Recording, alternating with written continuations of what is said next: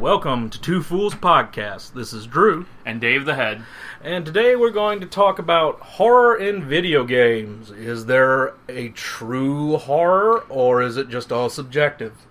Horror in video games. You mean like when I go to buy the two and get one free, and the one I want that's free costs more? That's the true horror! That would be shopping horror, maybe, but not game horror. No, it's more, and what brought this up is recently, if you've gone anywhere near YouTube, you would notice the phenomenon that is Five Nights at Freddy's. Go near YouTube. Wear your protection. And there's been a debate ever since the first game came out that, oh, this game isn't true horror because it does deal in jump scares, yes. But people are trying to claim that, this is not horror because it doesn't do this or this or that. And again, as many people have said before, all horror is subjective. But at the same time, it's kind of funny how they'll say, oh, this isn't horror, but one other thing is horror. Well, I've never played the Five Nights at Freddy, but I've seen a handful of the Let's Plays on YouTube. And while the most common being the Markiplier, he makes it too silly to really be afraid of it, in my opinion. But I have seen some other ones without him, and where the people just didn't really talk. They just played the game. And the setting, the environment of it makes me feel uneasy, which is, in my opinion, what makes a jump scare kind of pay off. I mean, anybody can be startled. You don't need a creepy puppet. You don't need zombies breaking through the wall to get freaked out by a jump scare. I was walking through a field with my brother and quails flew up in our face, and that freaked me out. Well, again, not expecting it. It'll startle you. It's that fight or flight syndrome that all human beings have. Yeah, but quails aren't scary. They are if they come right in your face for no reason. Ooh. That's what she said? But nonetheless, and one of the things that kind of brought that, I had seen some things here and there trying to explain what is and what is not horror in the video game industry. But the one thing that really kind of struck at home is there is a specific other podcast out there. I'm not going to name names. Yeah, I think we should probably avoid anything like that. Yeah. You heard people discussing and how they put one game as the epitome of true horror, while bashing this other one, which, again, the subjectivity of what you were bringing up. Oh, yeah, and again, in that discussion, they kept going, well, all horror is subjective, yet it was kind of a definite, this is, this isn't. And I'm like, oh. Well, anytime you start dealing with opinions, you gotta decide how strict you're going to judge an opinion. Studying historical background that I did in college, you talk about what was a bad war, what was a good war, what was a bad political choice, what was a good political choice. And realistically, you kind of got to go with the largest number of people's agreement as the right answer. Not because it is the right answer, but you just got to pick something as the measurement and move on. Not justifying and not defending the people who said, A is great and B is poop. Well, I guess I should go into the other game that they're holding on the platform, and spoiler warning. If you have not played Silent Hill 2, I'm about to spoil some of it for you. You mean from the 90s? Yeah. You mean the 20-something-year-old game? Yeah. You mean the game that's old enough to smoke and drink and vote? Yeah. Yeah, if you need spoiler warning for a 21-year-old game, maybe your hobbies are really slow and you should figure something else out to do with your time. Hey, gotta do it, or the choir pedantic will get angry at us. Let them do it. I like angry people. They make me laugh. But nonetheless, they hold Silent Hill 2 up as like the grandmaster of all horror, and it does do some things right. The mood, the atmosphere, the symbolism in the monsters, that's all good stuff. But, and especially one thing they kind of harped on was like, well, it's not realistic. If I survived the first night at Freddy's, I wouldn't be back there. And that's kind of one of the things saying how it's not good horror, because you can't suspend your disbelief. Now, we had this discussion earlier. I have to say that I agree with that. I mean, if I went to work as a security guard and then the machinery around there was trying to eat me, fuck coming back the second day, I'd have went out the doors on the first night. Yes, that's fine, but then they argue a leap in logic on the other side. Well, yeah, go ahead, continue with your example. And what they argue is, in the game you are playing as James Sutherland, a man that has just lost his wife, is at the end of his rope, technically, kinda, and he gets a letter from his dead wife saying that she will be in Silent Hill at the place they normally go to. So, come for a visit? Well, it's just she's in Silent Hill. Yeah. That's where the letter came from. And so he's like, well, I'm going to go to Silent Hill because I got this letter from someone I know is dead. How is that a... Wouldn't be my first action. My first action would go to the graveyard and make sure she hadn't dug herself up. Most people would either throw it away thinking that it's some kind of bad joke, and I'm just saying, that kind of... Some of the friends we have, that might be a true statement. Yeah, yeah, but that's just kind of the argument they put forth is, oh, getting a letter from my dead wife, who I know is dead, and the reason he knows she is dead is because, again, spoilers, he's the one who killed her. So Silent Hill, horror or secret fantasy? On the next Geraldo. Dun, dun, dun, dun.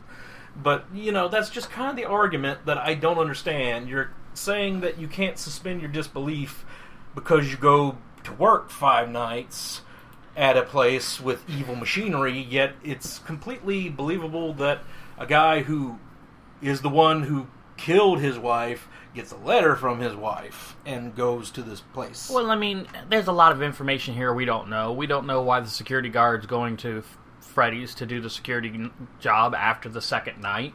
Maybe he has a really bad meth problem and needs the money. And what did you say his name was, James? In Silent Hill? Silent Hill is James Sutherland. Okay, so maybe Mr. Sutherland thinks he's killed his wife when he pushed the car off the cliff and I don't know how she died. He suffocated her. Oh. Yeah? She had... I forget... No, wait. He suffocated her. Pillow. With a pillow. Yeah. And then buried her. Well, reported that she died in her sleep. Right. And then police and coroners said, hey, yeah, she's dead. Yeah. Then mortician embalmed her, and then they buried her. Well, you don't see all that, but no. That's about the gist you're getting. That's the logical leaps of faith we can get. Mm-hmm. And then he got a letter. Yeah. And then he went to Silent Hill. Yep. And then the whole game happened. Yep. Okay, so he's retarded. And that's not fair to people who really are retarded. So I retract that. He's stupid. Yeah, but again, that was the argument that makes sense, and they're like, well, and the argument was, well, he's in a bad place, and maybe, and well, what's to say we couldn't argue that the security guard's in a bad place? I've been in a bad place, too. I mean, lines at DMV, the mall during Christmas season, the middle of the woods and separated from my group. Never did I want to go check on dead people I knew had died. Yeah. Nor did I want to work at Showbiz Pizza. So I'm failing to see how this works for me, Drew. It doesn't work for me either. And by the way, you just referenced Showbiz Pizza. Half the world probably doesn't know what that is. But... Well, if they know what Five Nights Freddy is, they know what Showbiz is. Most think Chuck E. Cheese. Whatever, same difference. It's a mouse, it's a bear. They keep your kids busy with some video games and pizza. Moving on. Yep. The most scary thing that ever happened, the most horrific thing in a video game that ever happened to me had to be Resident Evil 2. And it had nothing really to do with the game. It had to do with the environment in which I was playing the game. I was sitting at 2:30 in the night playing this game. Should have went to bed hours ago. I'm running down the hall, the same hall I've run down before dozens of times, when suddenly arms come through the window, grab the character, and the controller shook in my hand. Now this is the first time that I had ever seen a DualShock controller, to date myself a little bit. So I jumped and I dropped the controller. My then pregnant wife stirred in the bed, and I knew if she awoke, hell would be unleashed. So I turned the frickin' game off, because it was trying to kill me. And again, there's different levels of horror in all game. I'm not saying that Silent Hill is not a good horror game, because it is. 1 and 2 and 3 were all good horror games. But to kind of argue that one thing is not horror, and then argue this other thing is great horror, and yet I can put forth a logical fallacy that you used against the other game with your game. Well, that seems like a failure in the people who were discussing it, not necessarily the creation of the games. Oh, no. It's not about the game. And this, again, the podcast is not about the game's problems. It's the perceived ways people go about judging things. Well, we discussed this a little bit before, and I think that horror works under two mechanics, really. One, it creates a sense of unease. You know, I remember watching movies where people are possessed by demons, and it was kind of creepy. Not necessarily horror for me, because I don't believe in possession and spirits. Mm-hmm. So it's fantasy to me, but it was still creepy because the people were doing things that are not normal for human behavior. Heads turning into directions that they shouldn't, or getting sick for no reason. Just that whole... Everything's logical to a degree, but once it passes a certain level, you broke. And you've gotten into that realm of, this ain't right, now I'm afraid. And then you had the second one where immediate action not prepared for, aka the jump scare in this case, that's going to unsettle. So unnerve and unsettle, which kind of might sound like the same, but in my head they mean different. You know, the cat jumps out from underneath the table and startles me. I'm not horrified. But, you know, Freddy Krueger does things that are inhuman, but he makes me laugh. So, I think there's a mixture of both of them that need to happen to make a quote-unquote horror game. And then again, it's the horror to me. And that's true. But again, another part of this was, you know, it's kind of that, just that, and I also got a twinge of, because it's popular, they didn't like it. Oh. You know, kind of that it's popular, so I don't like it bias. Oh, well, ain't nothing you can do about that. Oh, I know, but I just kind of wanted to come in, talk about it. It's like, why is it that this game's better than this when the only difference is this one's popular right now? True horror is $7.95 for a cup of coffee. Where are you going for coffee? I don't know. I was making a Starbucks joke, though I've never been. Ah. Which I think is a big problem with a lot of these kinds of reviews and stuff. We all make jokes about stuff we've never really done. You know, how many of you think that E.T. for the Atari 2600 was the worst game ever? Nope. Now, how many of you played it? I didn't play it. Well, I did. It was okay. It was versions of it were hard. The Atari had a game select, and I think E.T. came with 3 versions. Mm-hmm. You know, everyone's out to get you. Number 2, only one guy's out to get you. And number 3, none of the bad guys were out to get you, and you just played the game. And I always played it on easy because I was a kid and I wanted to have fun, not challenge. But, you know, you talk about people jumping on the bandwagon. I don't like Five Nights at Freddy because it's popular. Well, it must be horrible to some people. It must be horrifying. You know, your favorite whipping boy are clowns. Well, yeah, because there's a number of people we know that are like, I can't stand clowns, I'm afraid of clowns, and I'm kind of like, it's a clown. Well, see, I'm not really afraid of clowns, though I know most people are afraid of clowns because of Tim Curry as Pennywise from Stephen King's It. I think Tim Curry in garter belts and fishnet stockings is more terrifying, a la Rocky Horror. I'm just a sweet transvestite. He said it, not me. Oh, come on. I don't like that film. I'm not a fan. Hey, wait. Let me put on my flame-proof britches. I don't like that film. I think it's stupid. I'm not the biggest fan of it either, but I do find some parts of it funny. Sure. So. Meatloaf. Whew. I like meatloaf. Yeah. With ketchup. Ba-dum-tsh. Yes. Well, anything else not retaining to that podcast do we want to cover for horror? Well, again, and as it tried to say, horror is subjective. So, you know, like we were saying, I don't find clowns horrifying. Right. Some people do. I didn't find it horrifying. A lot of people did. So The book creeped me out. The movie made me laugh. So it's just finding what is your horror switch. So what is yours?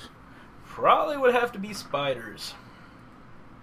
Dude, now that you say that, that's probably my second most horrifying game moment. In one of the Lord of the Ring trilogy games, you had to fight Shelob. I was sitting in this room, in the dark, when that giant freaking thing came out of nowhere. I tried to beat it maybe twice and got killed, and I hit the pause button. I was like, I was done. Someone else needs to come play this. My creeped out factor was too high. Yeah, I was getting to say that mine would have to be spiders or something like that. I can watch most horror movies; they don't really affect me. I am a real big fan of H.P. Lovecraft, and while it's not, I'm frightened for forever. Those do a really good job, but Lovecraft had the philosophy of, one, the less you knew about it, the scarier it was. Which is true from time to time. The only thing I ever learned about H.P. Lovecraft was Cthulhu likes you with bacon bits. Actually, Cthulhu doesn't like you at all. The point of H.P. Lovecraft's universe view is the universe is cold, uncaring. You got eaten just because you were there, not because Cthulhu actually cared. Well, doesn't he like the bacon bits? Maybe. I mean, he sprinkled them on that. Are we going to go live on live outside and talk to Cthulhu? No, I'm good. I don't know. I don't get it. I don't get everybody's fascination with it. My little sister used to sit on Saturday mornings after all the cartoons were over. Horror films would come on in the afternoon, and she would watch them. Every one of them. Didn't matter how stupid or old it was. Not that there's anything wrong with old movies or B movies. Everyone has a different flavor. But she liked them all. And I had no idea why. It did not. 1 + 1 = fish, and I didn't quite get it. I liked the slasher films. Your Friday the 13th, your Nightmares on Elm Streets, your Slumber Party Massacres. Wait, did you say Slumber Party? Yes, it exists. It was a massacre, though? Yeah, it's a dude with a drill killing people. Why would you ever want to do that to a beautiful slumber party? He's a psychopath? Ugh. You built my hopes up. And then they crash back down. Well, what can I say? It's a slasher film. Bad stuff's going to happen. I remember the Jason 10, I think it was, where he was in space. Oh, dear God. Oh, God, that was hilarious. I don't know, man. Like I said, things creep me out, but things don't terrify me. Real world hurts more than movies and games. Tell you the truth, the last thing I remember that completely terrified me. I don't know if you remember this book series, but Scary Stories to Tell in the Dark. Nope. Okay, my elementary school library had them, and middle school library had them, and they just were creepy. Well, because when you're a little kid and your imagination runs wild, and they were old creepy stories, and just the artist that they got, the way he drew things made it just made your skin crawl when you looked at it. Well, do you think there's a difference between suspense and terror? Yes, there is a difference. And what fuels terror? A number of things. It depends. Terror can be fueled by not knowing what's going on in a situation. It can be fueled by instinct, like for me or you, we don't like spiders so much. That might not be terror, but that's bordering on the same process. Okay, so fear of the unknown, and then suspense is the other side of horror. You have terror and suspense. Yep. So suspense, like you're down to your last 3 bullets, and you know that there's more trouble ahead in a game. Yep. So by this definition, Fallout 3 could be one of the most terrifying games in the world. It could be. Because when that door opened for that first time, you didn't know what was out there. You start walking down the street, you didn't know. You saw something move. Was it trying to eat you? Was it going to kill you? Why the hell was it playing a stupid radio song? You know what I mean? Mm-hmm. Well, it could be that, or it could be something as you don't know what's going to happen, but you're walking down a hall in a video game, and all of a sudden you hear that string section start to wind up. Curse you, John Williams! I don't know if he's involved, but I'm blaming him anyways. You hear the violins start to wind up, and it starts getting that sound going, and you get tense because the suspense is building because you know something's about to happen. Well, did you ever see The Ring? The English or the Japanese version? The American version, Yes, The Ring. yes. Did you see the Japanese version, The Ringu? No. Okay, well, I did see both of them. And while The Ring, I don't know, they had a lot... The Ring showed you. Where The Ringu kind of left a lot of stuff up, in my opinion, to imagination. You didn't see, usually, the monster. You often saw the aftermath. Now, in the American version, she's crawling out the TV and stalking people down, right? Well, at the very end. Only she was doing it in... Yeah, but you never saw her come out the TV till towards the end of the movie. Well, you saw the wet carpet. You saw... obviously I've got 2020 looking back. I knew what was going on. But, like, that first person that got killed, and the girl, I think it was the girl stuffed in her closet, and they opened the door, but no one saw her. Mm-hmm. She just opened the door, you saw the actresses, I think it was an actress, react. Oh, I'm shocked. And you were like, ooh, terrible things happened. But you didn't see it. It happened. In the American version, no, you did see her body. It was like, oh... I was just saying, in the Japanese version, I remember they showed some scenes where the dead bodies were just contorted of fear, and I didn't remember that payoff in the American version.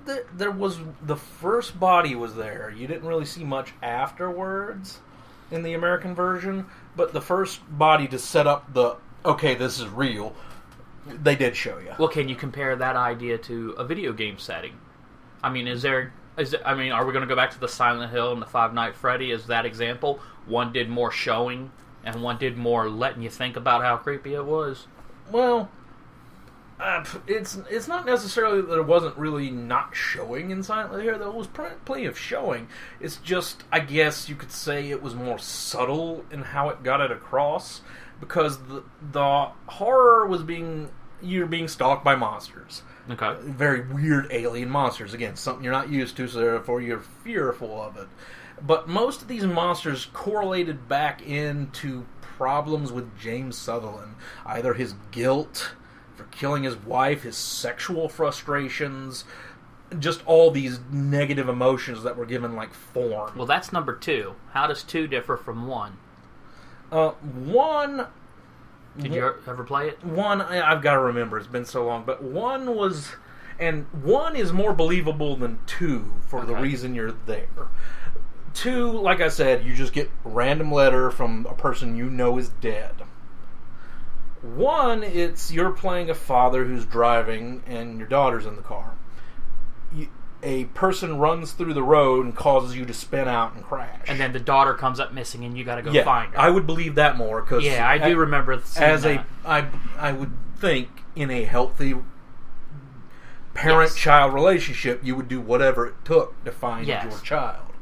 So, 1 was much better at why you were still in town. That and there were other people in town. What about the third one? In the second one, there were some people here and there, but it was iffy. Right. What about the third one? Do you remember that one? I don't remember that one that much. So I never played any of those. Now, I played a handful of Resident Evil, which, in my opinion, was like the go-to for horror games. Can you even think of any other horror games besides those two?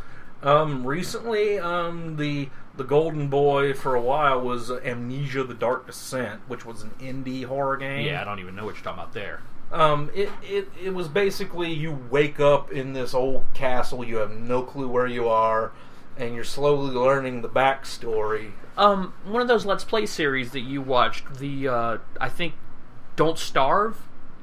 Don't Starve, where you're like, it's got that weird, creepy, Tim Burton-esque looking, artistic, I love English, an artistic feel to it, and you're like, trying to survive and everything wants to eat you. Yeah. Mm-hmm. I found that way more terrifying than most Resident Evil games that I've ever played. Well, that one. Well, again, and part of the thing. Another good element of horror is how well are you equipped to deal with the problem. If you are see, this is why Resident Evil doesn't work in its later versions, because it started going more towards Hollywood, guns blazing, theatrical kind of deal. Well, now, me personally, I prefer that. I liked Resident Evil when I had enough bullets to deal with the problem. Mm-hmm. The problem might have been difficult, and enough bullets might have not been the right answer, but I still prefer that being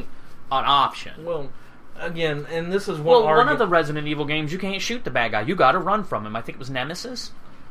If he's coming after you, you've already screwed up. You've got to get away. I didn't play many Resident. I played number 1, and that was about it. I'm pretty sure Nemesis, you couldn't fight him. You had to get away, and it was like the big driving force of the game, pushing you forward until you figured out how to actually deal with it. Yeah, well, I played 1, and I watched a friend play through the second one. For the most part, I might have missed some here and there. I played a good few of them, and then I've even played some of the bad versions, like the Resident Evil that looks like a first-person shooter, but and some of the handheld things were pretty bad. And I guess that's kind of one of my praises for Five Nights at Freddy's is you can't fight back. Right. You have doors and electricity or whatever the gimmick is for the 2 and 3, you know. And you just have to do that to survive. There are no guns. You can't stab anything. You can't even go to the bathroom or leave the store early, apparently. Yep. And so that's part of what I did like is you are helpless other than your wits. Well, that Aliens game, people said, Isolation? No, like the game based on the movie. I don't know if it's called Isolation or is that what you're shaking your head for? Yeah, it's Aliens Isolation. I've only seen commercials and a few of the playthrough things and people reviewing it and how, you're running through the spaceship as... Are you as Ridley? Ripley. Or Ripley. Ripley's daughter. So you're running through the spaceship trying to avoid that, acid bleeding, rip you to shreds in 3.2 seconds alien creature. Mm-hmm. And you have really little to no offensive capability. Yeah. I think that one would creep me out. I don't think I'd want to play that one. And that one's a good one. And a lot of people like that one. I haven't played it myself, but it looks interesting. Though it's not just the alien. There's also, what are the robotic things called in the Aliens universe? The androids? Yeah, what are they called? That are synthoids or something like that. But there's a number of those kind of things as well that have gone haywire, and you gotta. But those you can defeat. And that's why you can't trust your toaster, kids. Shoot that son of a bitch. Would you like a piece of toast? How about a bagel? Anyone gets that reference? Good for you. Is that a Foamy the Squirrel reference? No. Okay, well, just for the record, if you like Goofy Nuts, look up Toaster of Amityville Horror with Foamy the Squirrel. Hilarity! But again, and it's just kind of what you want in a horror game, but I would argue that really, really tense horror is the horror where I don't have weapons. I can't just shoot something to get rid of it. Well, I might be playing the devil's advocate here or get in trouble for what I'm about to say, but I don't want to be the victim. I don't want to play the victim. Life's hard enough. I play games for escapism. I know some people get enjoyment out of horror. I don't quite understand the draw of walking into someone's house and getting scared and paying them to do that. I will, it's the adrenaline rush. It's the chemicals your body releases after you are brought to that fight or flight and then calm down. Oh, if you say so. So I did go to school for psychology, right. So... I get more enjoyment out of ice cream. I don't know what to tell you. Well, that's about the same basis. You're getting dopamine one way or another. Sweet, sweet vanilla flavored dopamine. But that's what it is. Some people, it's kind of also like if you're a roller coaster junkie. It's the same process. Yeah, I get you. That's going to be my kid when she gets old enough to start taking herself to those places. I know when the fair comes around, she loves anything that goes upside down, and I don't get it. Well, again, it's that adrenaline rush and then that come down from the adrenaline rush. And if it happens a lot, you need more to get the same feeling. Like any kind of chemical. So, what is the end result of all this, Drewford? What is it that the horror, what is it that you want from a horror game? What is it that Drew wants? What I want from a horror game? I want something that has good atmosphere. I want something to where the mechanics are on the side of creeping me out, maybe getting me tense, and, like, oh God, what's going to happen next? What's going to happen next? I get a scare or something, and we'll go to something else. I want that atmosphere to kind of stay with me. See, I think I like the survivalist aspect of it That's what searching the box for that one green herb or the last 6 bullets. You know, do I really want to open this door? Am I really prepared to answer what's on the other side? And it might just be a gross scene that freaks me out, which I have no problem with those. But I like, you know, there's a point where a challenge starts becoming an abuse, and you know, your skill level at playing a game is going to dictate a lot of that, and how much abuse you want to take. Giggity. Anyway, yeah, I just freaked myself out with that joke. Anyway, the safety word is banana. Oh God. Ugh. I want to go home now. Oh crap! I'm already there. But also, I guess another thing we should bring up is another thing that people like me probably like in some of these horror games is the story. What the story's like. Well, I think the podcast that shall not be named made a very good point about the initial story for Five Nights at Freddy. I watched the videos. I don't know what the hell was going on. I didn't know why that guy was doing it. Other than making Markiplier scream like crazy and being entertaining, I didn't see the point of the game. Well, now, when you showed me, I think, Game Theory, that explained, hey, here's some ideas behind the story, and I got to see what the gaming community had created for the background story, or maybe not created, but figured out, whatever the right term is, it became a lot more impressive after that. But dude, I'm lazy. I don't want to have to work for that story. I figure if you pay for the game, you should already know what the story is. Well, it would be the argument of, do I just want it served to me on a silver platter? My brain doesn't have to work, and I just move from point to point to point. There's got to be a spot between silver platter and, 6 months research. There's got to be a happy medium somewhere in there. Well, there does, but, that would be another one of the arguments. Like, oh, well, every night something gets slipped under your door. Now I'd be asking, who the hell is slipping this under my door? So that would just add more questions. But, it's... You have to find a good median between working for it and getting some stuff, but at the same time, with the way Five Nights at Freddy's was, you couldn't really get a ton of work for it. You just had to be observant because you couldn't move anywhere. Right. And you were just using the video feed. Well, I mean, the game is like a bona fide hit, right? Oh, yeah. I mean, both the first, the second one, and now the third one's even cranking it up. Mm-hmm. So, obviously, the programmer, go ahead, say his name? Scott Cawthon. Has got to be doing something right. Well, whether you like it or not, whether you agree that it's horror or not, the majority seems to be saying it is, and they want more. Well, they do. They do. And again, some people are like, I don't get it. It's just a bunch of jump scares. And I was like, to tell you the truth, and on that same podcast that we're not going to name, they're like, well, it seems like there's a cult following for this, and it's kind of weird. And I was like, well, it fulfills a need for some of us. As I've told a number of our friends, and I think I've said this to you as well, it allows you to put on your little tinfoil helmet and go to town making theories without seeming the crazy people that say we didn't land on the moon. That makes me sad. Just tangent.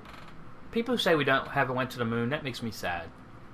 I mean, one of the greatest things that humans could have possibly done, exploring the universe around them, and you think it's a lie. Okay, back to horror. And that's just the need that Freddy's kind of fills for some people. It allows them to put their little tinfoil helmet on and just go to town. Well, I think if that's your statement, I believe it's being served to you on a silver platter then, because that game goes straight into it. Mm-hmm. I mean, if the Let's Plays are any indication, it only takes, 10, 15 minutes to get freaked the heck out? Oh, yeah. Mm-hmm. I don't know. Not my cup of tea, so I have no dog in the fight, as the sentence goes. Again, and I'm not trying to fanboy over here, but I just felt that it was kind of a bad argument. And I was like, well, what is good horror then? Can we find a median there? Well, you see, you keep saying good horror, and to me, Stephen King is creepy.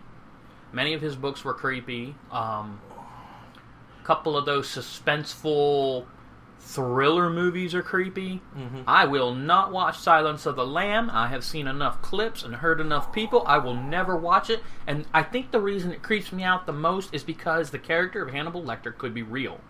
Mm-hmm. And that's what creeps me out the most. Yeah. Freddy Krueger made me laugh. I watched the Halloween remake and then saw the Halloween original. That Rob Zombie did? Yeah, remake? yeah. Okay. And there were times in that I got skittish, I will say. Mm-hmm. But for the most part, I'm sitting in a movie theater beside Charles, watching the scary man slash people. You know, I couldn't quite get that immense immersion. That's the word I meant to use, immersion. Well, with slasher films, they're not going to get the scare you to death kind of thing. Right. Unless it's a very realistic, this guy just showed, like, The Hitcher. The Others. I was telling you about this. The Others with, I think, Nicole Kidman. Mm-hmm. That movie creeped me out. And I think it was because of the way it had a twist. Mm-hmm. But you think about it, Sixth Sense, when that first came out, everyone was creeped out about that. I'm obligated to do this. What a twist! Yeah. Obligations. It's in his contract, kids. That's why you should always read the fine print. But, yeah, again, I haven't seen The Others, so I can't say Right. one way or another. But... And I don't even think that movie was supposed to be a horror. I don't know if it was or wasn't. To me, I didn't think it was a horror film, but it was a suspenseful film, and that got me jumping a handful of times. Yeah. Now, I could believe that. Apparently, The Conjuring is supposed to be good, but I haven't seen it. It's a recent film, like last year, I believe. Is that the one where they gave like the warning and like, hey, don't worry, we got priests out here in the lobby if you need to talk to somebody because possessions and stuff? I don't know about that one, but well, for our generation, the Blair Witch Project. To a lot of people, that was either horrifying or exercise of motion sickness. to me it was like, this is stupid, but nonetheless. I found it very creepy. But to me, what made it creepy, and, what was it? I'm trying to think. Fourth Kind, I think, was the name of the movie. Marty and I went and saw it, and it was about the alien abductions in Alaska, was the whole premise of it. And the way they presented the movie was, every once in a while they'd show this side-by-side scene, and they'd show what was going on in this movie, but they would show this person who was talking to a talk show about what was going on at that moment. And they presented the film to be a true life, a dramatization of a true life event. And I walked out of that theater creeped out, and I told Marty, well, thank God the sun's still up, because I'd have had a rough time. But I came home, Wikipedia that, and found out that it was all bogus. Anti-spoiler. Anyway, it was all bogus, just like the Blair Witch Project. Once I found out they were fake, to me, it cut the terror in half. Which I was looking back, I was very glad I didn't know going in. You want to know the movie that creeped me out? Well, when I was younger. I know. Drew's 3rd grade English recital. We didn't have English recitals. Okay, go ahead. But, it was actually Tom Savini's remake of Night of the Living Dead. Okay. I saw it when I was about 11 years old, and that creeped me the fuck out. I don't know why, but I guess. Was it like your first exposure to zombies? Probably, now that I think about it. Hey, this one's for RJ. Remember back in the day when zombies weren't vogue, and they were actually terrifying things and not everywhere? But I guess it was maybe because Tom Savini is. I don't know if you know. Nope. Tom Savini is a guy that was known as one of the makeup masters of horror. Okay. You know, he was this visual effects, did it with makeup, screw CG guy. Sure. You know, he worked on the original, not the original Dawn of the Dead and Day of the Dead. He did a lot of stuff for Friday the 13th, the original, and okay. I think the second one, and then he went away for a while and came back. And I believe he was also the makeup guy on the original Nightmare on Elm Street. I could be wrong on that, though. But so he either way, he parlayed his abilities from being a makeup artist for all these great movies, and then redid this other one as the director. Yes. And it was, I don't know if it was just his, because he was also the makeup guy as well. I don't know if his makeup was just so good it creeped me out. Or well, you were 11. Yeah, I was 11. But it creeped me out. And I guess probably what it was is during that time I lived out in the middle of effing nowhere, and that took place out in the middle of effing nowhere. The first Scream. We watched the first Scream in the middle of the night, my wife at the time and I, and I'll be damned if my sister didn't knock on the window in the middle of the night and scare the hell out of us. You know how this has went from horror from video games into horror and just in general? Well, you're going to go there sooner or later. That's right. I still think we should rename the show from Two Fools to Two Tangents. Could be. We do go off on tangents, but well, I don't necessarily think that this was like, horror and just video games. That was like a jumping off point. But Jumping off. That's probably terrifying. Parachuting? Wouldn't be a thing for me. Hang gliding? Nah. Bungee jumping? I like my feet on the ground. Though I'm not afraid of commercial flying, though a lot of people are. Flying was easy. The landing was a bit creepy. Well, anyways, I guess we should do our final thoughts here, what we think on... Can I go first? Mine'll be quick. Okay. I don't do horror. That is? Life's terrifying enough sometimes. You want horror? You really want horror, kids? Get a job. Pay a mortgage. Change a diaper. That's horrifying. Okay. Especially the first one when it's green and it sticks to the kid. What the hell would... I mean, it's green! And it's like poop Velcro. And it doesn't make any sense. Okay, well, in my case, I would say... again, horror's subjective. I don't want to sound like I'm raining on the parade. Or the broken record. Or the broken record. But that it is truth. But at the same time, I don't think you should beat down on one game just because you necessarily don't like the mechanic. That sounds like the true essence of what point you want to make. Yeah. It is. If you don't like the game, that's fine. But don't try to discredit it just because you don't like it. I mean, you can say, hey, I don't like it. And, I'd be fine with that. If you said, I don't like it, I'd be like, cool, you don't like it.